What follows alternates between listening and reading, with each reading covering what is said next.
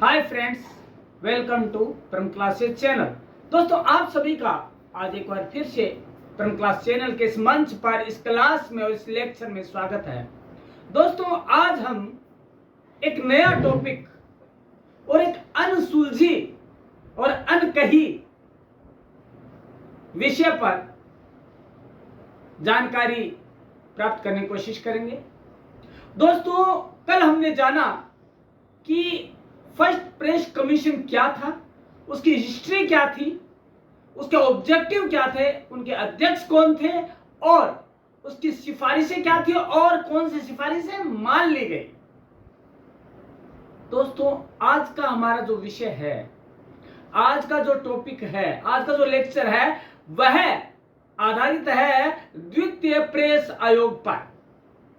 Second press आयोग, second press commission क्या था और क्यों उसकी स्थापना की जरूरत महसूस हुई, कब हुआ गठन उसका और उसके अध्यक्ष कौन रहे। दोस्तों, यह थोड़ा सा पेचीदा था। पेचीदा इसलिए था कि जब आपातकाल लागू हुआ, उससे उबरने के बाद यह महसूस किया जाने लगा कि प्रेस की स्वतंत्रता बनी रहनी चाहिए और उसका निष्पक्ष और निर्भीक स्वरूप है वो अखंडित रहना चाहिए, ताकि वो राष्ट्र की एकता और अखंडता को बनाए रखने में अपना सहयोग दे सके। राष्ट्र के संचालन में, लोकतंत्र के संचालन में, परिसंचरण में वह आम नागरिक के दायित्व को परिभाषित कर सके। इसलिए एक स्वतंत्र प्रेस की स्थापना की आवश्यकता अनुभव की जाने लगी, आवश्यकता महसूस की जाने लगी। तो दोस्तों, आपातकाल का समय प्रेस के लिए एक बहुत बड़ा दुर्भाग्यपूर्ण काल कहा जा सकता है। उस काल में प्रेस बहुत अधिक कुंठित हो गई थी, उसका गला घोंट दिया गया था। लगा मानो सन 1947 से पहले, 1947 से पहले की स्थिति पुनः मुखरित हो चुकी है। एक बार फिर से ब्रिटिश हुकूमत ने भारतीय प्रेस को सलाखों के पीछे धकेल दिया है। उसी प्रेस को मुक्त कराने के लिए एक ऐसी संस्था की आवश्यकता महसूस की जाने लगी जो कि उसके बारे में सोच सके। दोस्तों, भारत की नवनिर्वाचित सरकार ने न्यायमूर्ति, देखिए फ्रेंड्स, दोस्तों, यह वस्तुनिष्ठ प्रश्न का दौर यहीं से शुरू हो जाता है। साथ का साथ हम जानते जाएंगे कि कौन से महत्वपूर्ण क्वेश्चन है जो कि एग्जाम की दृष्टि से बहुत अधिक महत्वपूर्ण है, चाहे वो पीआरओ का एग्जाम हो, चाहे वो यूजीसी जेआरएफ नेट का एग्जाम हो, चाहे वह बीजेएमसी का, एमजेएमसी का हो, चाहे यूपीएससी आरपीएससी का एग्जाम हो। दोस्तों, हर दृष्टि से ये सवाल आपके लिए महत्वपूर्ण होने वाले हैं। तो दोस्तों, पहला वस्तुनिष्ठ प्रश्न यह होता है कि नई सरकार ने न्यायमूर्ति पीसी गोस्वामी की अध्यक्षता में द्वितीय प्रेस आयोग का गठन 29 मई 1978 को किया। किसकी अध्यक्षता में किया? पीसी गोस्वामी में की अध्यक्षता में। कब किया? ये किया 29 मई 1978 को। 29 मई 1978 को इसका गठन हुआ।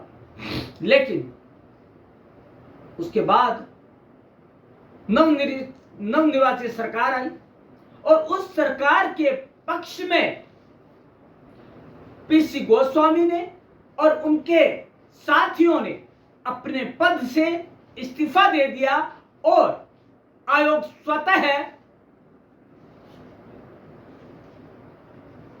नष्ट हो गया। आयोग स्वतः डिसमिस कर दिया गया।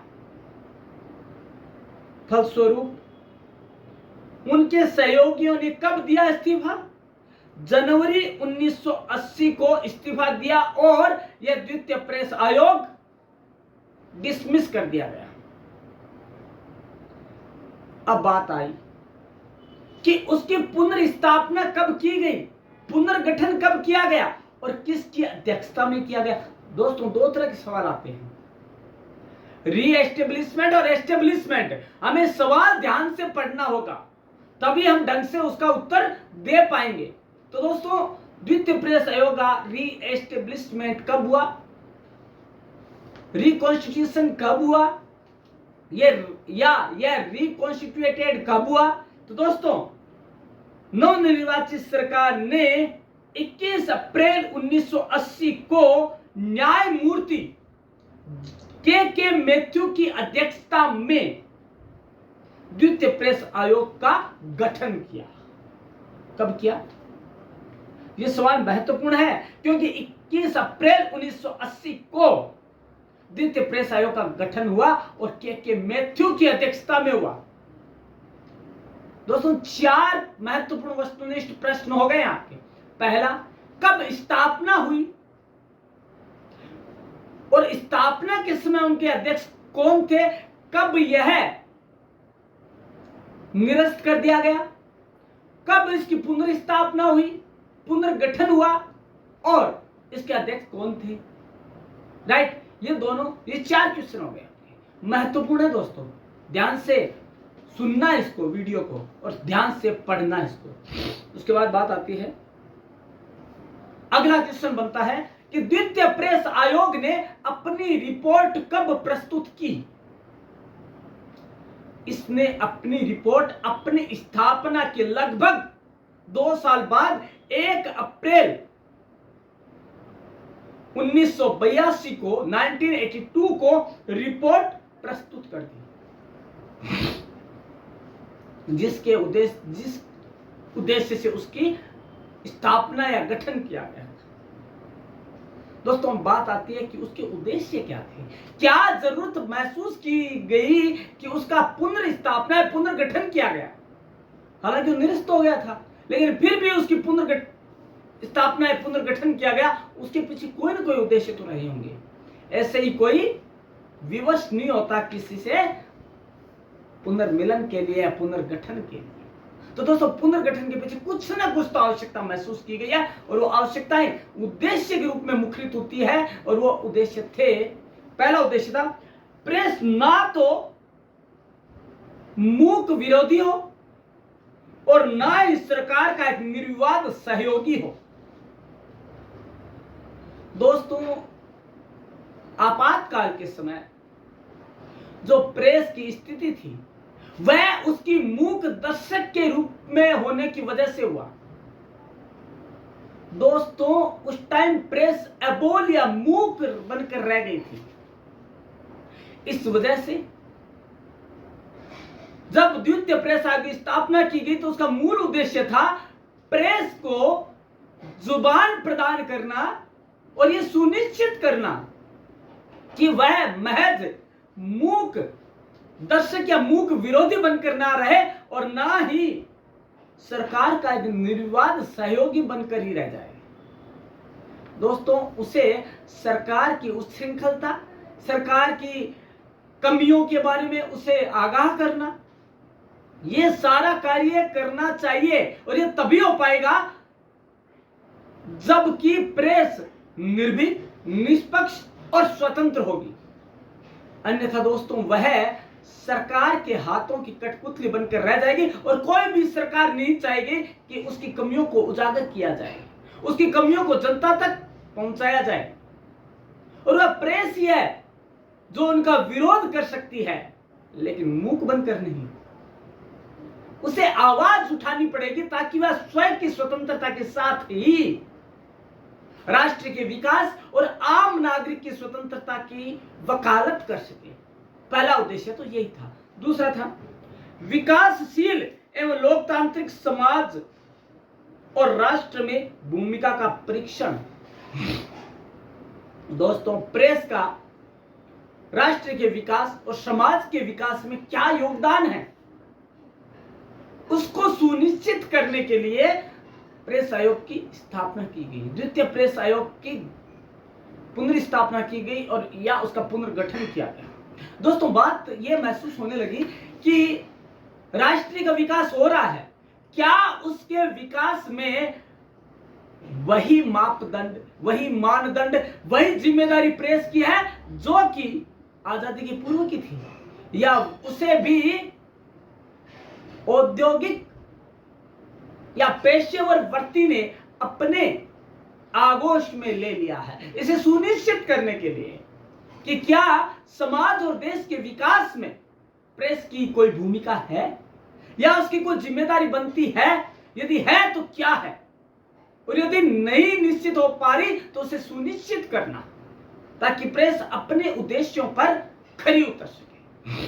तीसरा है अभिव्यक्ति की स्वतंत्रता के संबंध में वर्तमान संवैधानिक गारंटियों, क्या यह उचित है इसका सुनिश्चित करना और इस स्वतंत्रता को बनाए रखने के लिए कानूनों, नियमों और विनियमों की प्रभावशीलता का आकलन करना। देखिए दोस्तों, हमने बात की थी कि प्रेस की वाक्य एवं अभिव्यक्ति की स्वतंत्रता का अधिकार संविधान के अनुच्छेद 19(1)(a) के तहत दिया गया है। तो क्या यह स्वतंत्रता न्यायिक रूप से उसे मिल रही है या नहीं मिल रही? उसे कहीं निषेधित तो नहीं किया गया है, उसकी सीमाएं क्या निर्धारित की गई है वाक्य अभिव्यक्ति की स्वतंत्रता की, और क्या इसके लिए जो नियम बनाए गए हैं क्या वे उपयुक्त हैं, क्या वो पर्याप्त हैं, या उन पर थोपे गए हैं ताकि वो बोल ना सके, ताकि वो अबोल बनकर रह जाए। तो दोस्तों यह कभी भी नहीं हो सकता। तो दोस्तों इस स्थिति में यह नहीं होगा, क्योंकि दोस्तों इस स्थिति में यह चीज है कि यदि हम अबोल बनकर रह जाएंगे तो हमारी स्थिति का कोई भी मूल्यांकन नहीं किया जा सकेगा। यह स्थिति है दोस्तों। उसके बाद है मालिकों और प्रबंधकों की ओर से आर्थिक व सामाजिक दबावों से प्रेस की स्वतंत्रता की सुरक्षा को सुनिश्चित कर। दोस्तों प्रेस की स्वतंत्रता को सुनिश्चित करने के लिए किससे? प्रबंधकों और मालिकों से।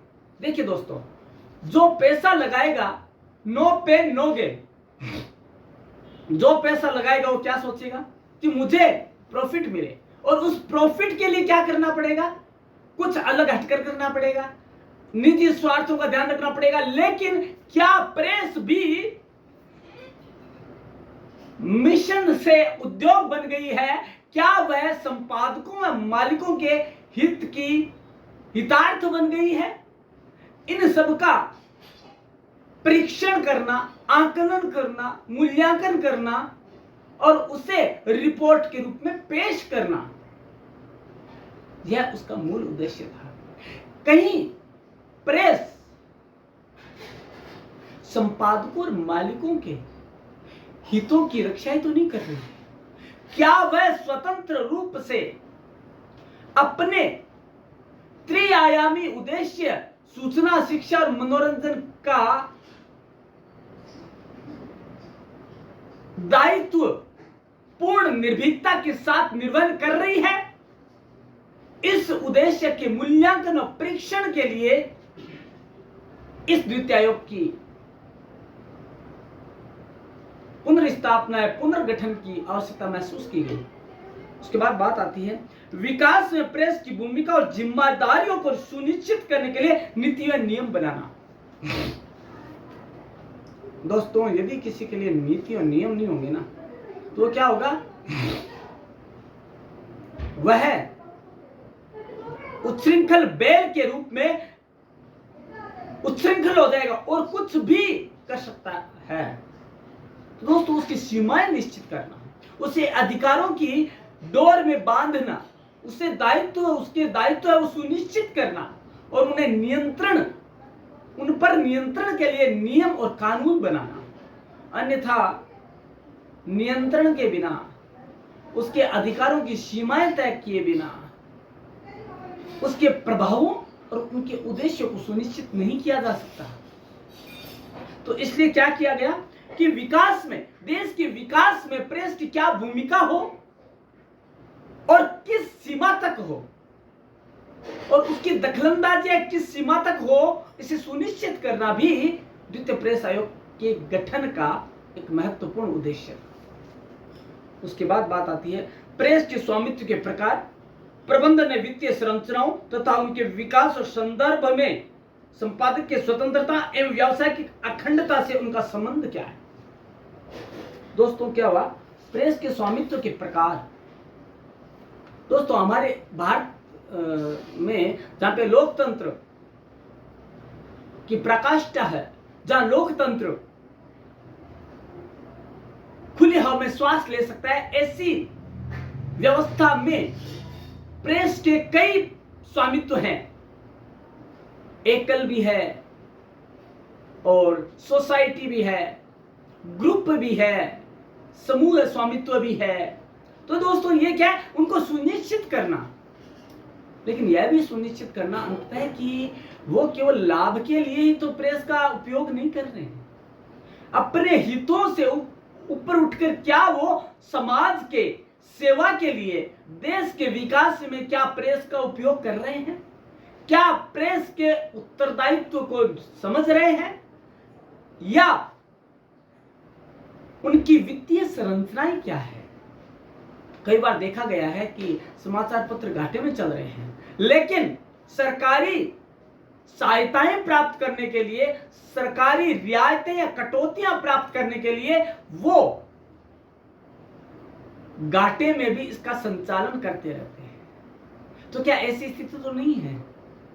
इन सबको समझने के लिए और उनका पुनर्मूल्यांकन करने के लिए द्वितीय प्रेस आयोग का गठन किया गया। उसके बाद बात आती है श्रृंखलाबद्ध समाचार पत्र के उद्योगों के साथ संबंध तथा उनका प्रतिस्पर्धी बाजार पर प्रभाव तथा पाठकों के निष्पक्ष समाचार प्राप्त करने के अधिकारों की सुरक्षा करना। दोस्तों भारत में श्रृंखलाबद्ध समाचार पत्र का दौर भी है।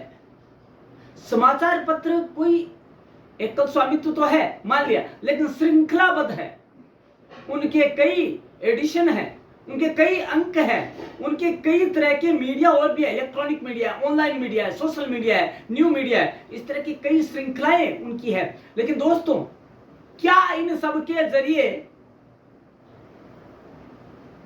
पाठकों के स्वतंत्र और निर्भीक समाचार प्राप्त करने की अधिकारों की सुरक्षा हो रही है क्या, या नहीं हो रही? यदि नहीं हो रही तो क्यों नहीं हो रही, और यदि हो रही है तो किस सीमा तक हो रही है, उसे सुनिश्चित करना और ये देखना कि पाठक सही सूचना प्राप्त तो कर रहा है ना। यही द्वितीय प्रेस आयोग की स्थापना पुनर्गठन का उद्देश्य भी था। अगला है समाचार पत्रों की अर्थव्यवस्था की जांच और तरीकों को सुनिश्चित कर।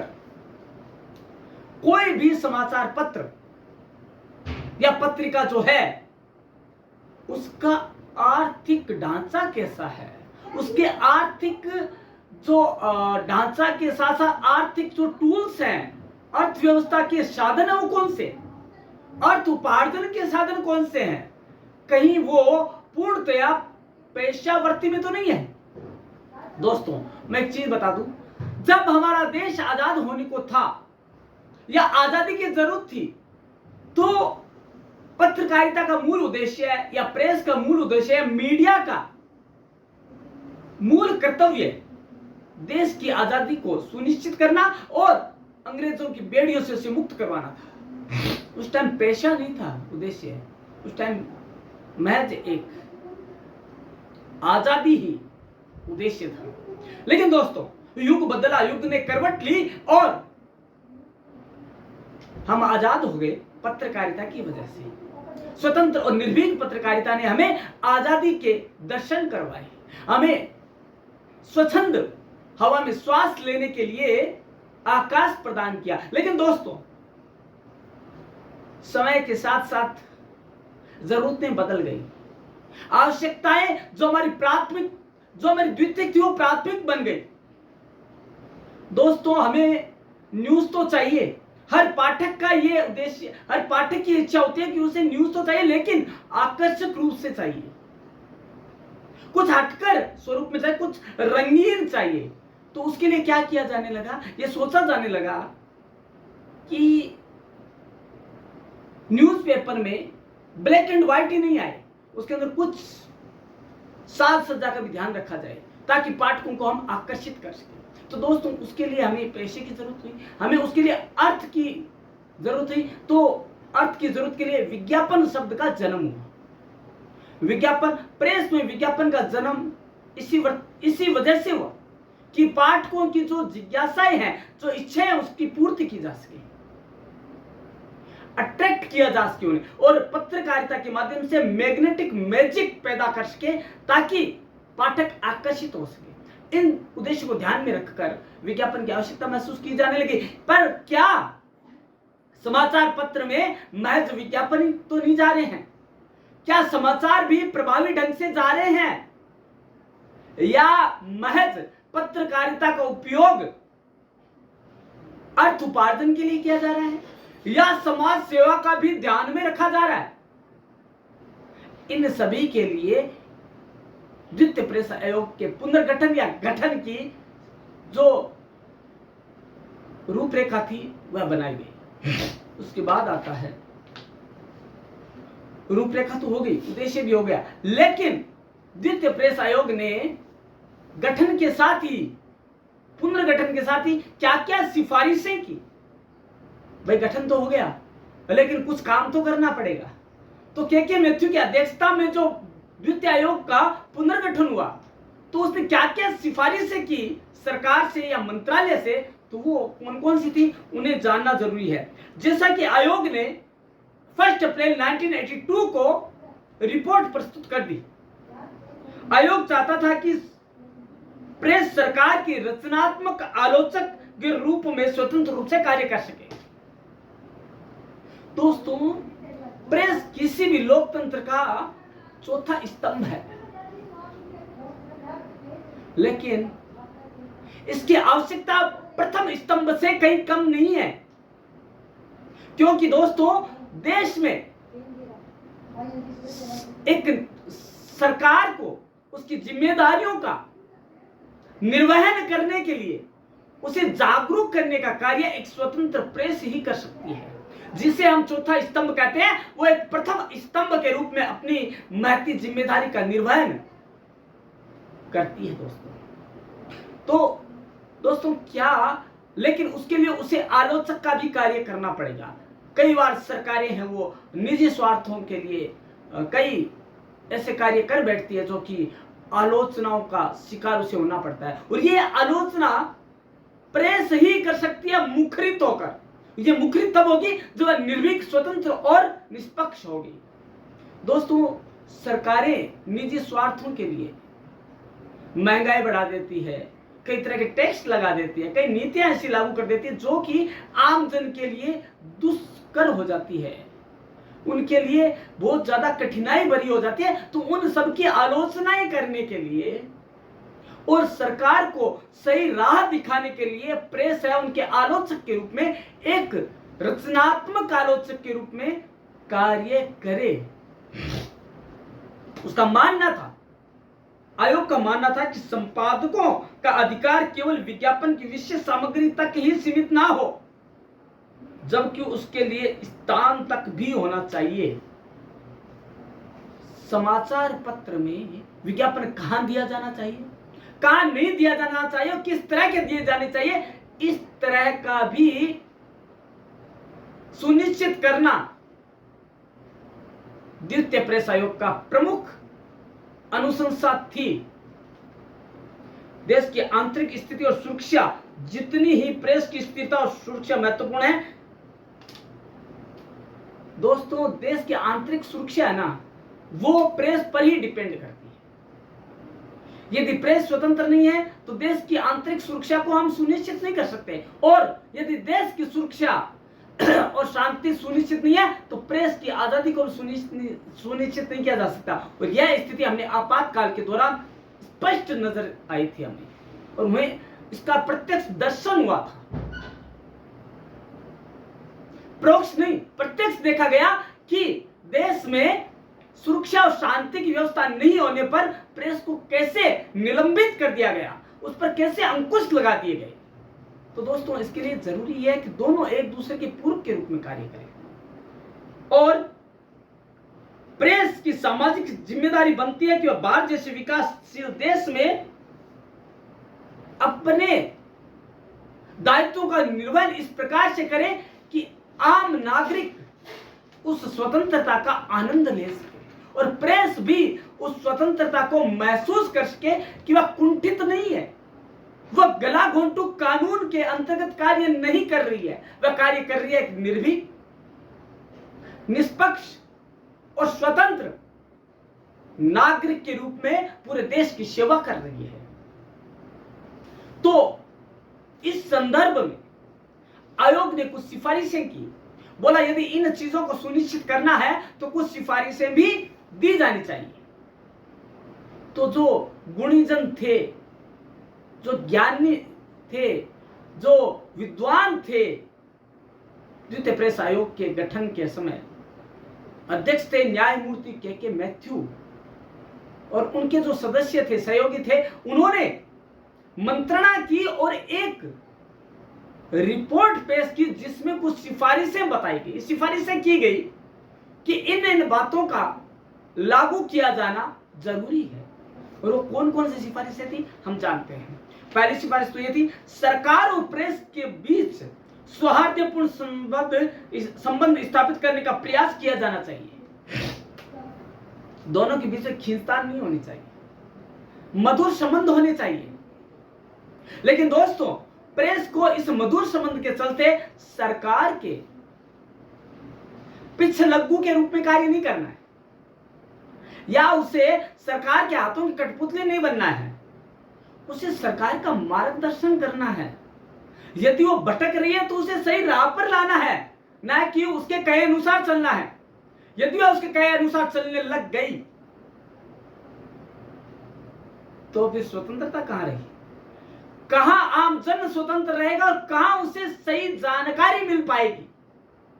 तो उसे सौहार्दपूर्ण वातावरण में काम करना पड़ेगा। दोनों को अपनी जिम्मेदारियों और दायित्वों का निर्वहन करना आना चाहिए और दोनों को अपनी दायित्वों का बोध होना चाहिए, तभी वो सही ढंग से कार्य कर पाएंगे। तो इसलिए क्या जरूरी है कि सरकार और प्रेस के बीच तनावपूर्ण नहीं, सौहार्दपूर्ण संबंध स्थापित होने चाहिए ताकि वो इस तरह के माहौल में सही जानकारी जनता तक पहुंचा सके। क्योंकि दोस्तों प्रेस एक पीआर का काम करता है। प्रेस सरकार और आम नागरिकों के बीच में एक जनसंपर्ककर्ता का कार्य करती है। वह सरकार की नीतियों को जनता तक पहुंचाती है और जनता की उन नीतियों के प्रति राय है वो सरकार तक पहुंचाने का काम कौन करती है? सरकार करती है, प्रेस करती है। और तभी हो पाएगा जब दोनों के बीच में सौहार्दपूर्ण वातावरण स्थापित हो, संबंध हो और उसे बोलने की आजादी हो। यह पहली सिफारिश की गई और इसी में देश के विकास की भी आवश्यकता महसूस की जाने लगी। दूसरा था, लघु एवं मध्यम समाचार पत्र को विकास के लिए समाचार पत्र विकास निगम या आयोग की स्थापना होनी चाहिए।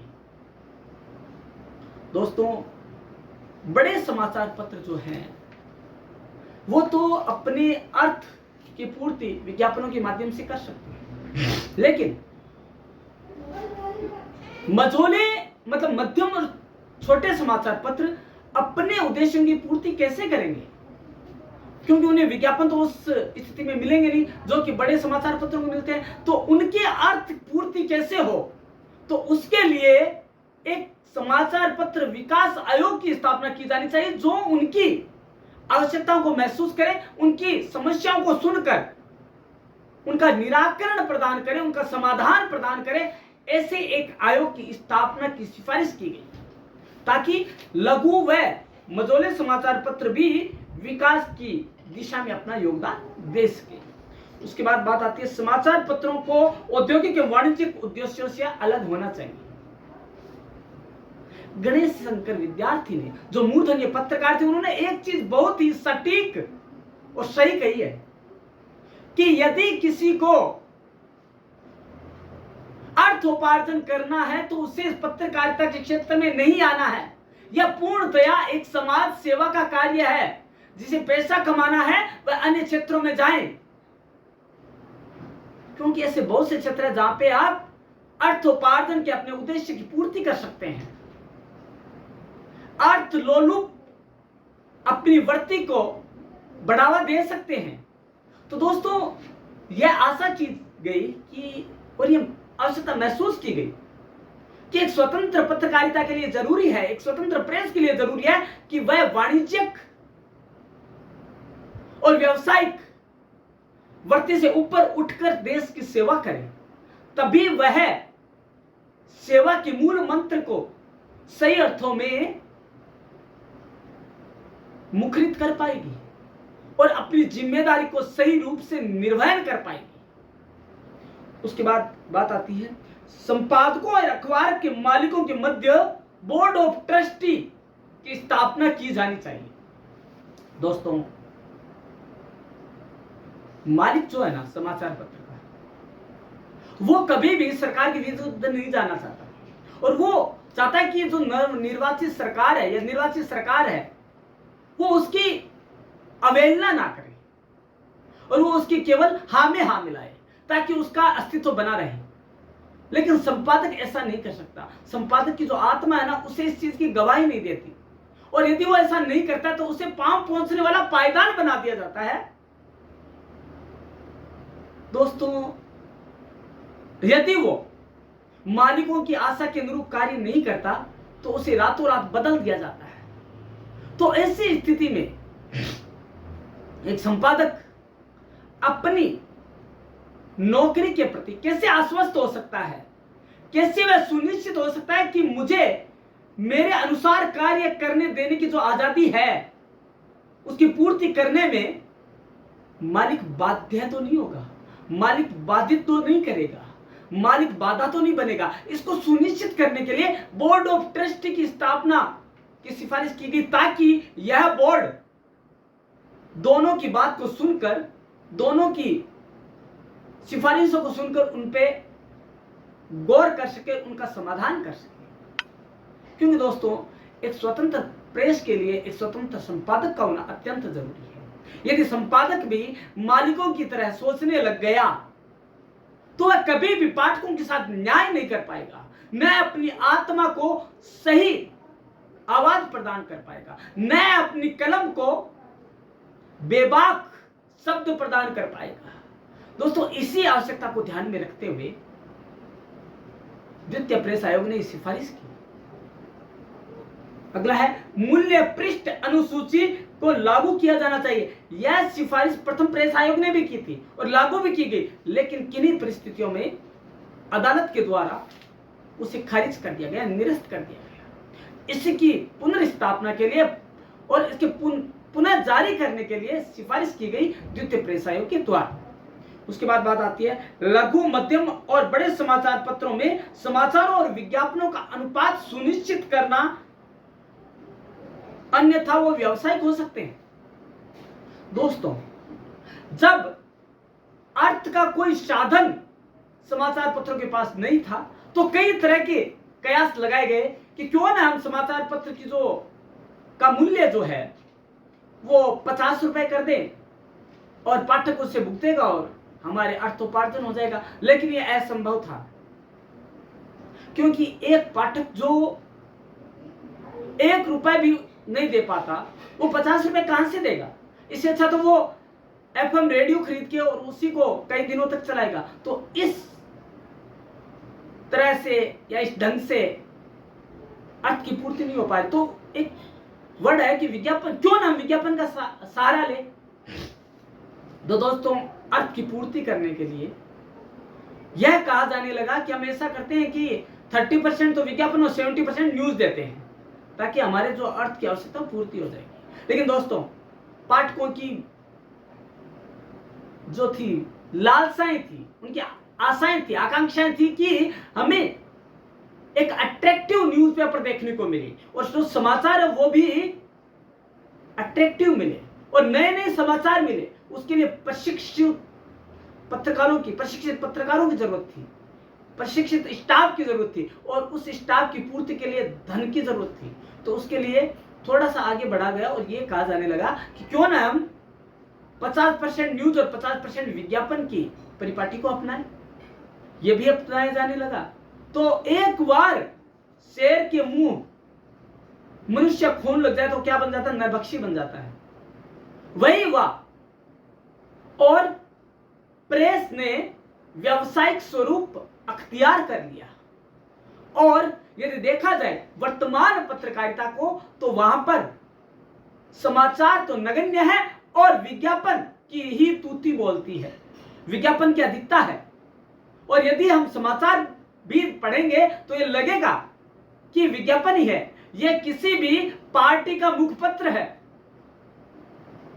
तो क्या कहीं समाचार और विज्ञापन का अनुपात तो गड़बड़ा नहीं गया है? इसे सुनिश्चित करने के लिए, इसे देखने के लिए भी द्वितीय प्रेस आयोग ने एक सिफारिश की कि इसका ध्यान रखा जाए और अनुपात को सुनिश्चित किया जाना चाहिए, ताकि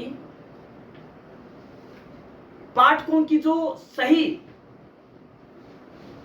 और सत्य जानने की जो अधिकार है उसकी सुरक्षा हो सके और वह सही बात को जान सके। उसके बाद बात आती है भारत में फॉरेन डायरेक्ट इन्वेस्टमेंट, प्रत्यक्ष विदेशी विनियोग हर क्षेत्र में घर कर गया है और अपनी पेठ बना चुका है, अपनी जड़ें मजबूत कर चुका है। और हमारी जो प्रेस है, हमारा जो मीडिया, हमारी जो पत्रकारिता है, वो भी इससे अछूत नहीं रही। उसमें भी विदेशी पूंजी विनियोग ने अपना घर कर लिया। लेकिन